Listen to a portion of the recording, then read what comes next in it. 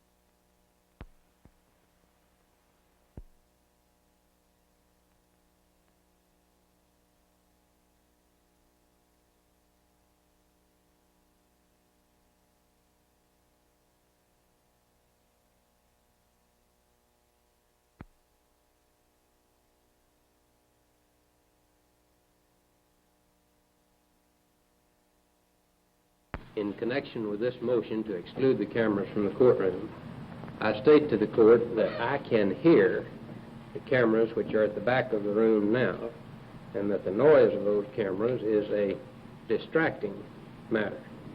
I state to the court that the presence of the cameras and the clicking of the cameras and the grinding of the cameras in the back of the room constitutes a distraction, and that it interferes with the handling of the case and the representation of the defendant, in my opinion.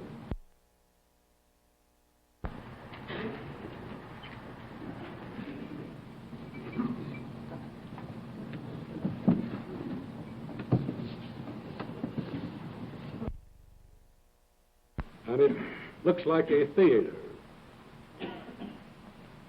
and that this trial has assumed to me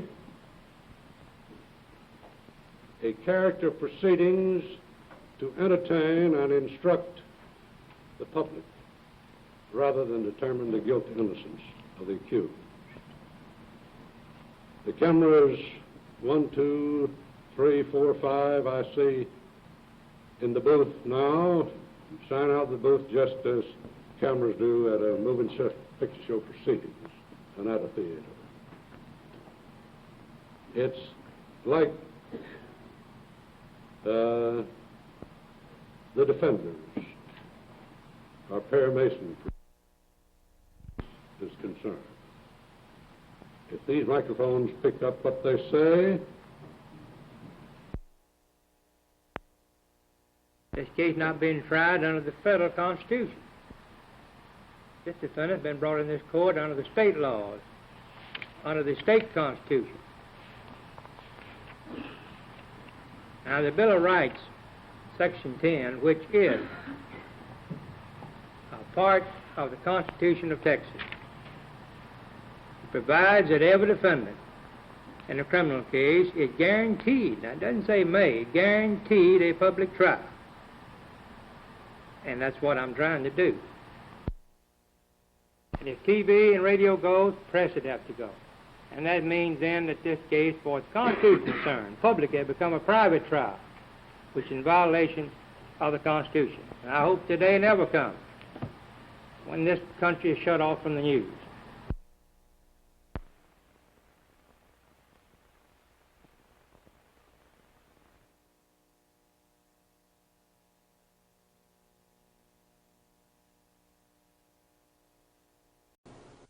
After becoming a senator in 1948, Johnson developed an unrivaled power base in Washington, using his forceful personality, political skills, and corruption. He established himself as one of the most influential men in the nation, but as vice president to Kennedy, he lost much of that authority. By 1961, his past was catching up with him. In Texas, Henry Marshall, a local agricultural official, had begun investigating one of Johnson's illegal sources of funding. Working out of these offices in Bryan, Texas, Marshall had become aware of Billy Solesti's misappropriation of federal cotton allotment funds. Attempts to buy off Marshall had failed, and his investigations were beginning to threaten the vice president himself. Billy Solestes became worried, Lyndon Johnson became worried, and some of them got together and decided, what are we going to do with Henry Marshall? So on one particular day, according to Billy Solestes, Cliff Carter, an aide to Lyndon Johnson, the vice president of the United States, and Malcolm Wallace got together. And finally, Lyndon made the statement, get rid of him. On June the 3rd, 1961, Henry Marshall failed to return home. An extensive search was made of the family farm near Franklin, Texas. His only son, Don, was 11 years old at the time and remembers that day well. My uncle found him on the second attempt when he went out to the place. He was in a very remote location, probably about 3/4 of a mile off the road. My mother had this stone placed here in order to mark the spot. The truck had blood around the sides of it. The side on the passenger side had a dent in the fender behind the passenger door, and that's apparently where my father's head was knocked into the side of the truck, and he had his eye damaged at that point. There were a number of yopon bushes that had been broken, and the gun was laying beside the body, and pretty much nothing else could be seen except signs of a struggle. Local officials immediately ruled it a suicide, despite overwhelming evidence to the contrary. He had been shot 5 times with a bolt-action rifle. He had enough carbon monoxide in his lungs to cause him to pass out at the time he died. There was no effort made to collect any evidence or preserve the crime scene. They had pretty much determined in their minds that this was going to be a suicide. When Billy Saul Estes testified before the grand jury in Franklin, he implicated Cliff Carter and Malcolm Wallace as the people that were most involved in my father's murder. Wallace being the trigger man and Cliff Carter being the one who arranged for the murder. I'm firmly convinced that Malcolm Wallace was the killer of my father. Who that would have aided, probably political power behind everything. Johnson would have been aided more than anyone else. The grand jury concluded Henry Marshall in 1961 was murdered, which means in simple language that the grand jury believed Billy Saul Estes when he told them that Lyndon Johnson had ordered Malcolm Wallace to kill Henry Marshall. Telephone conversation between President Johnson and FBI Director J. Edgar Hoover on November 29, 1963 at 1:40 p.m. Yes. J. Edgar Hoover on 2192. Are you familiar with this proposed group that they're trying to put together on this study of your report and other things? Two from the House, two from the Senate, somebody in the court, a couple outsiders. Well, I haven't heard of that. I've seen the reports on the Senate investigating committee that they've been talking about. Yeah, well, we think if we don't have, I want to get by just with your file and your report. I think it'd be very, very bad to have a rash of investigations. Well, the only way we can stop them is probably to appoint a high-level one to evaluate your report. Yeah. And put somebody that's pretty good on it from that I could select out of the government and tell the House and Senate not to go ahead with the investigation. Yes. Because they get up there and get a bunch of television going, and I thought it'd be bad. It'd be a three-ring circus. Yeah. What do you think about Allen Dulles? I think he would be a good man. What do you think about John McCloy? I'm not as enthusiastic about McCloy.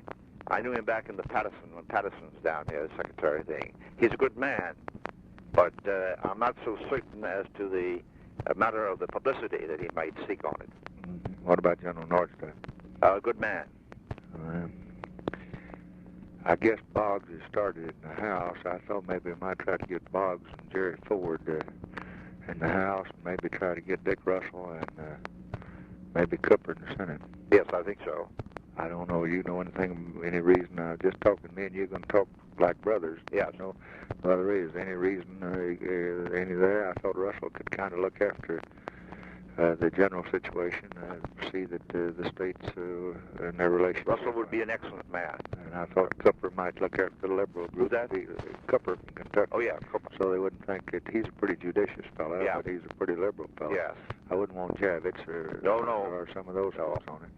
Javits plays the front page. Cooper's kind of border state. Yes. It's not the South. It's not the North. That's right. Do you know Ford from Michigan? I know of him, but I don't know him. I saw him on TV the other night for the first time. He handled himself well on that. You know Boggs? Yes, I know Boggs. He's kind of author the resolution. That's what I know. Yes, I know him. Now, Walter Jenkins, that you've designated Deke to work with us like you did on the Hill. I have, yes. I tell you, I sure appreciate that. I didn't ask for it because I knew you knew how to run your business better than anybody else, and I just want to tell you, though, that we consider him as high class as you do, and it's a mighty gracious thing to do, and we'd be mighty happy. And we salute you for knowing how to pick good men. Well, that's mighty nice of you, Mr. President, indeed. We hope to have this thing wrapped up today, but we probably won't get it before the first of the week. This angle in Mexico is giving us a great deal of trouble because the stories I have this man Oswald getting $6,500 from the Cuban embassy. And then coming back to this country with it. We're not able to prove that fact, but the information was that he was there on the 18th of September in Mexico City, and we are able to prove conclusively he was in New Orleans that day.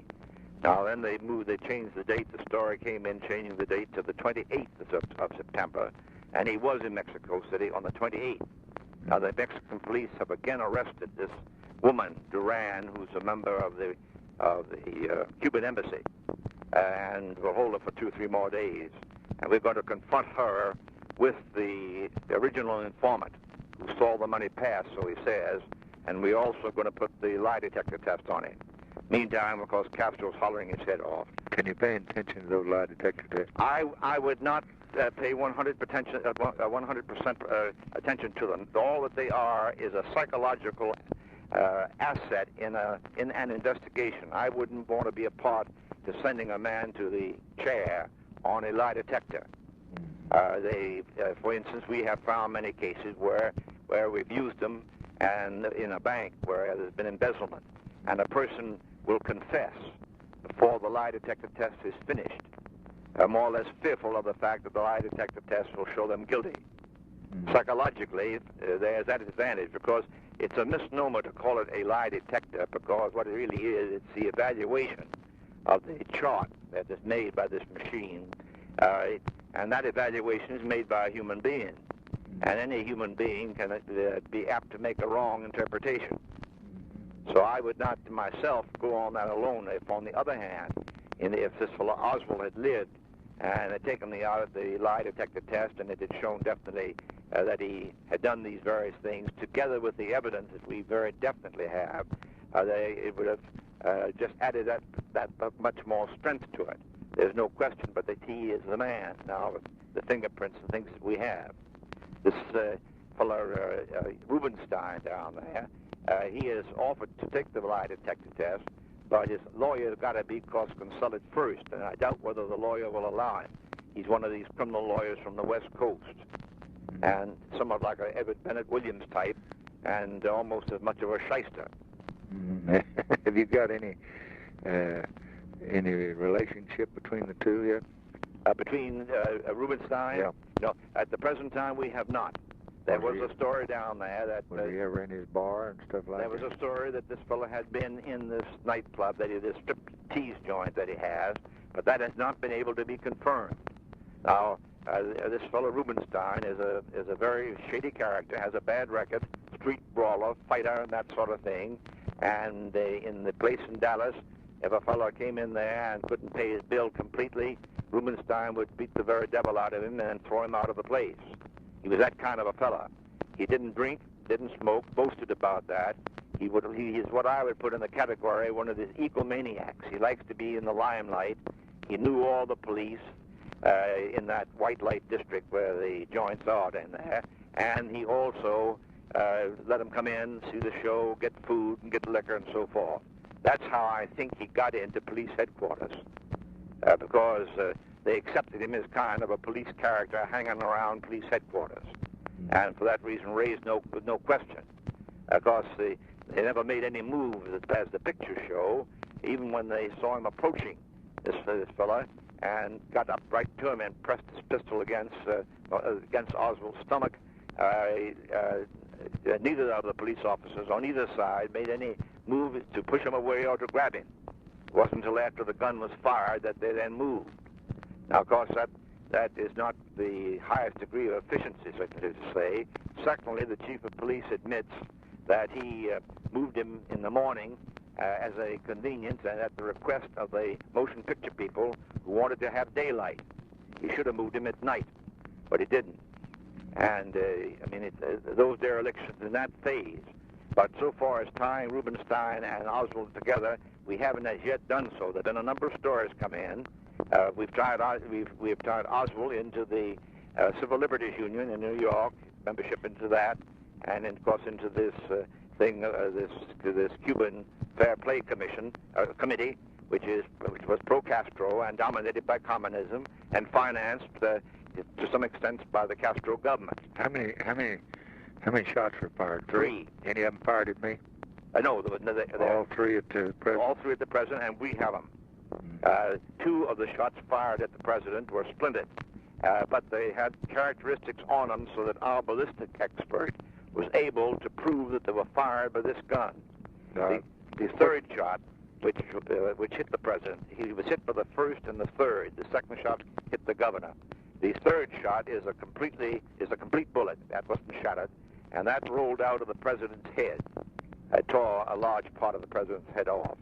and in trying to massage his heart at the hospital, on the way to the hospital, they apparently loosened that, and it fell onto the stretcher, and we recovered that, and we have that, and we have the gun here also. Were they aiming at the president?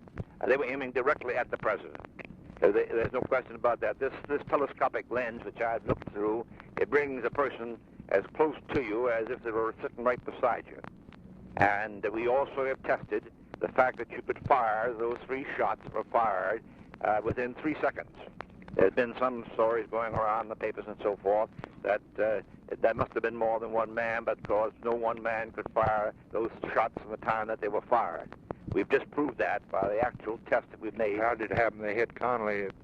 Connolly turned to the president when the first shot was fired, and I think in that turning, it was where he got hit.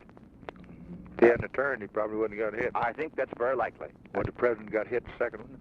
No, the president wasn't hit with the second one. I say if Connolly hadn't been in his way. Oh yes. The president, no doubt, would have been hit. He'd been hit 3 times. He would have been hit 3 times. On the 5th floor of that building where we found the gun, and the wrapping paper in which the gun was had been wrapped, and upon which we find the full fingerprints of this man Oswald.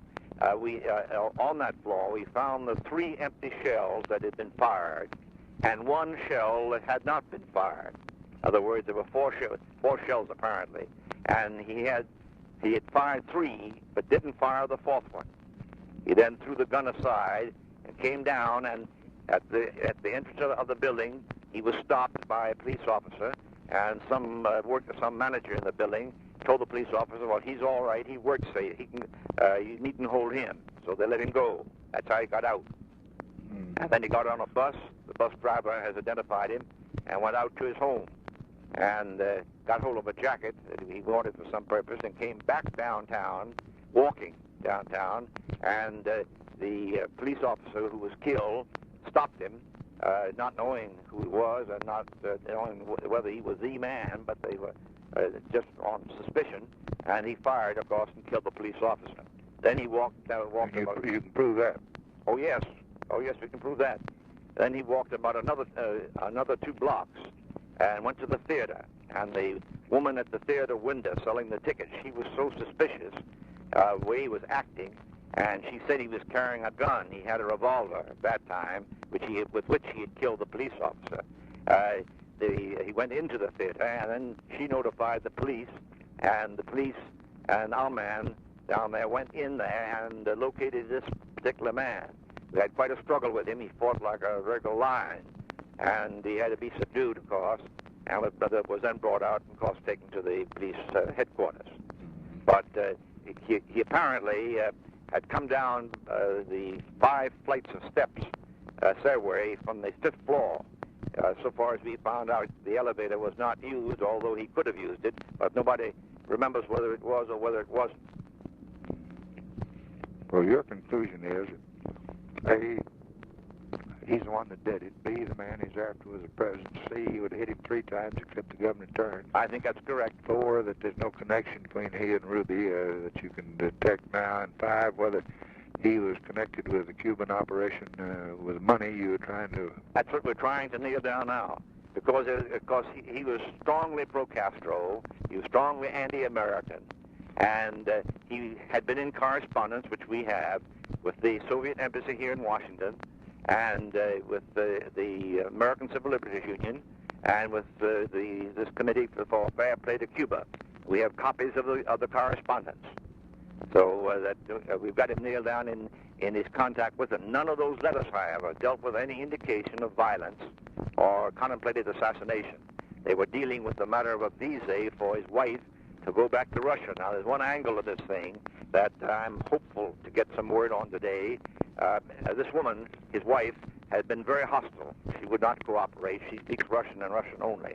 She did say to us yesterday down there that if we could give her assurance that she would be allowed to remain in this country, she might cooperate.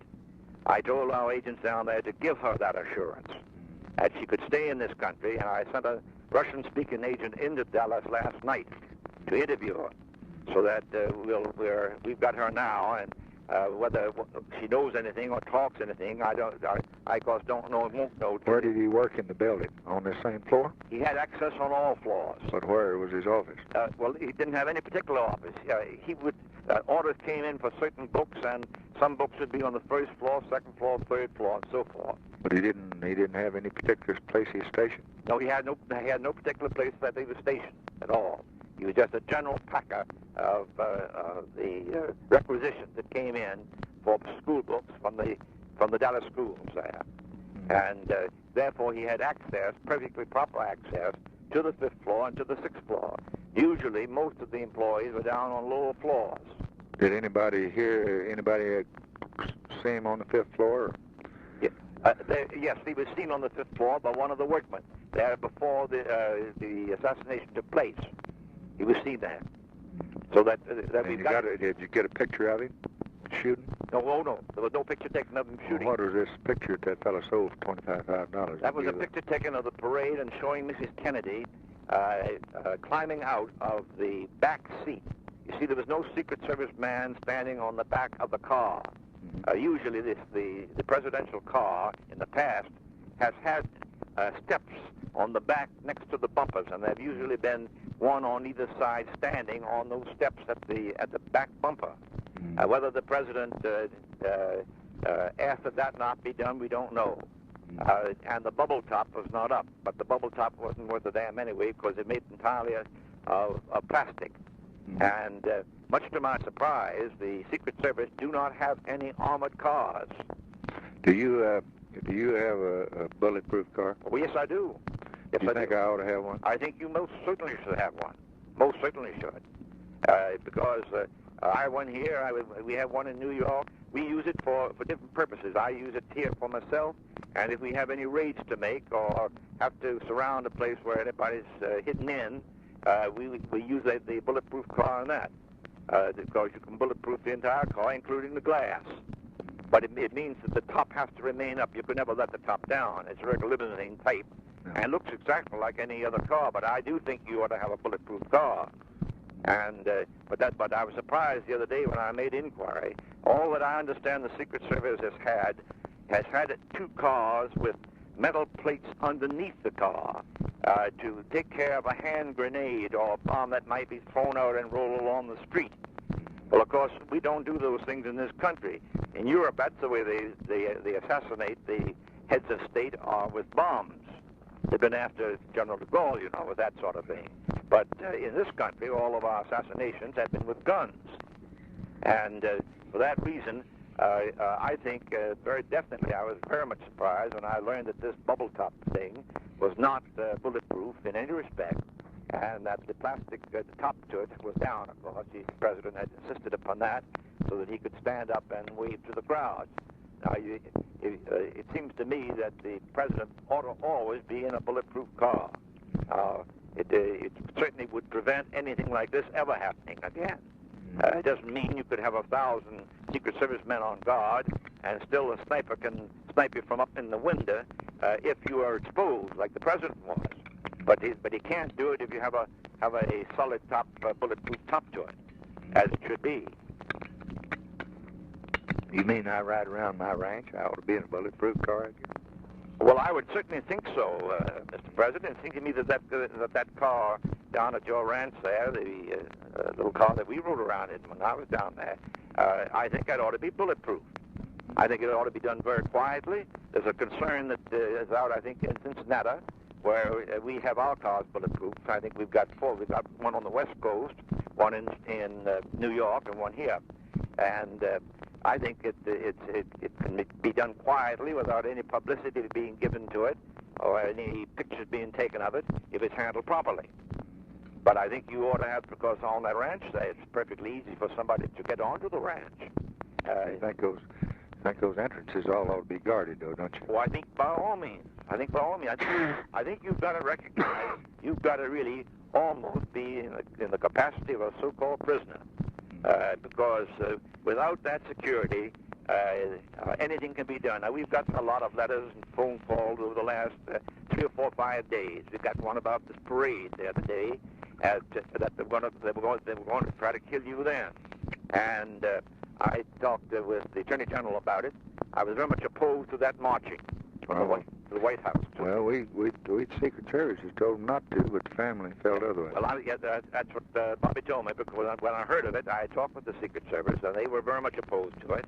I was very much opposed to it because it was even worse than down there at Dallas. You were walking down the center of the street. That's right. Dallas, you were the center of the street. And somebody on the sidewalk could dash out. I noticed even on Pennsylvania Avenue here, I viewed the procession coming back from the Capitol, and while they had police signs along the curbstone, looking at the crowd, when the parade came along, the police turned around and looked at the parade, which was the worst thing to do. They also had a line of soldiers, but they were looking at the parade. Well, I'm going to take every precaution I can, and I want to talk to you, and I wish you'd put down your thoughts on that a little bit, because you're more than the head of the Federal Bureau as far as I'm concerned. You're my brother and personal friend, and you have been for 25, 30 years. Well, you have been for 30 years. I know. Well, you just been having your time. Absolutely not. So you just, I got more confidence. Absolutely not. So I've got more confidence in your judgment than anybody in town. So you just put down some of the judgment, and you just put down some of the things you think ought to happen, and I won't involve you, court you, get you in jurisdictional disputes or anything, but I'd like to at least advocate them as my opinion. I'll be very glad to, indeed. I certainly appreciate your confidence. Well, thank you. Thank you, Edgar. Fine, President.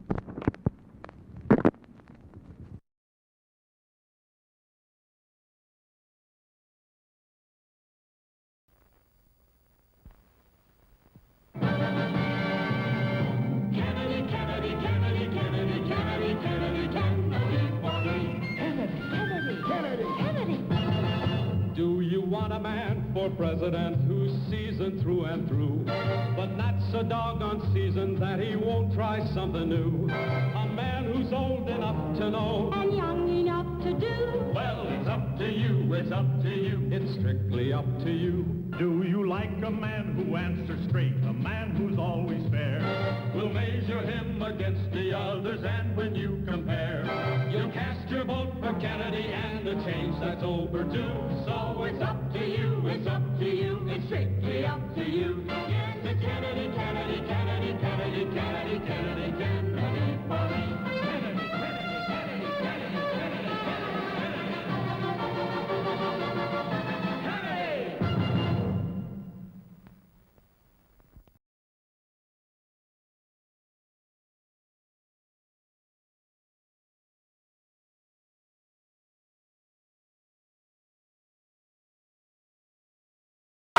Sure good to see you. How's life treating you today?